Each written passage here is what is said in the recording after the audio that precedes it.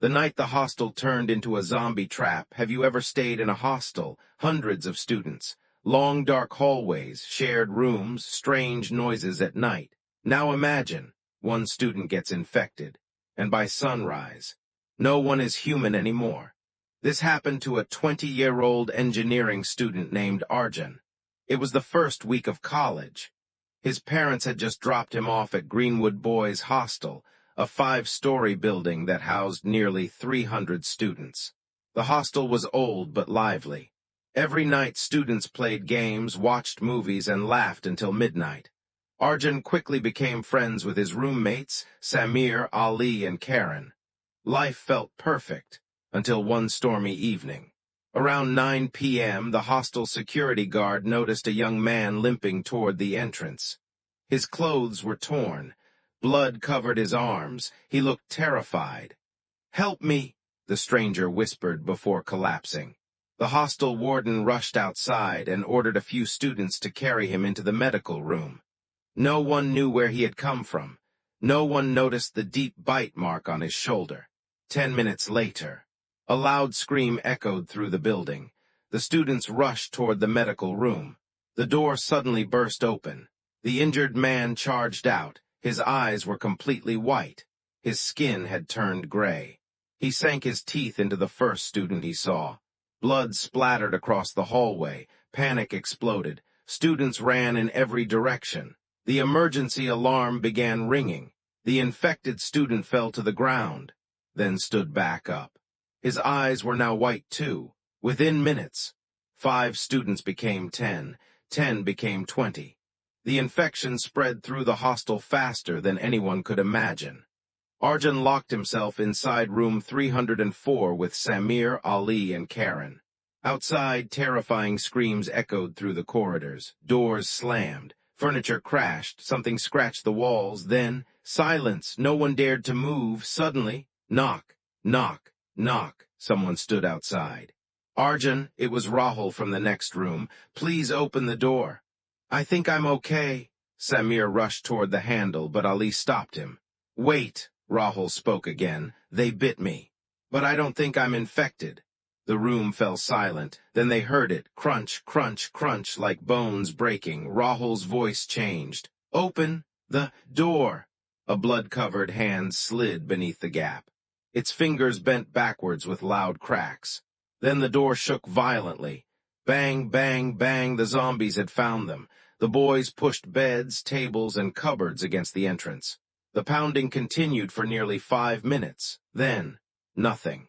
Too quiet, Arjun carefully peeked through the tiny hole in the door. The hallway was empty, not a single zombie. "They're gone," he whispered. Ali frowned.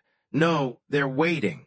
Just then, the hostel electricity failed, complete darkness. Emergency lights switched on, bathing the corridors in an eerie red glow. Their phones had almost no signal. One message suddenly appeared on every phone. "Emergency alert, do not let them bite you." The infected can imitate human voices. Everyone froze. The zombies could talk. They could pretend to be normal. A loud announcement echoed from the hostel speakers. "This is the warden. Everyone gather in the dining hall."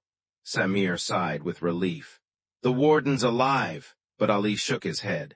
"No, the speakers lost power 10 minutes ago," the announcement repeated. Exactly the same, word for word, no breathing, no background noise, like a recording someone or something wanted them downstairs. The boys escaped through a maintenance corridor leading to the rooftop. From there they could see the entire campus. The streets outside were chaos. Cars had crashed into each other. Buildings were burning. People were running while hundreds of zombies chased them. The infection wasn't just inside the hostel. It had spread across the city. A rescue helicopter suddenly appeared overhead. Everyone on the rooftop waved desperately.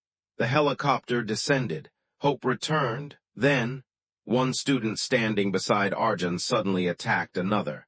He had hidden a bite under his jacket.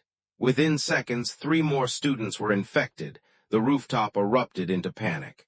The helicopter pilot realized it was too dangerous to land. It flew away, leaving everyone behind. Night dragged on. Food ran out. Water became scarce. Every hour more students disappeared, some were dragged into the darkness. Some willingly opened doors after hearing familiar voices. By 4 a.m., only 12 students remained alive. They decided to make one final escape through the underground maintenance tunnel connected to the city's drainage system. The tunnel was dark, wet, silent, too silent. As they walked deeper, someone whispered behind them, "Don't leave." They turned around. Nothing again, please. One flashlight flickered, then another. A shadow moved across the tunnel wall. Not walking, crawling upside down, the zombies had followed them underground. The chase began. Students ran through waist-deep water while dozens of infected creatures crawled along the ceiling and walls. One by one, their friends disappeared into the darkness. Only Arjun and Ali reached the tunnel exit. Morning sunlight flooded the street outside. They had survived, or so they thought. Military trucks surrounded the area. Soldiers pointed rifles at them. A commander shouted, "Don't move.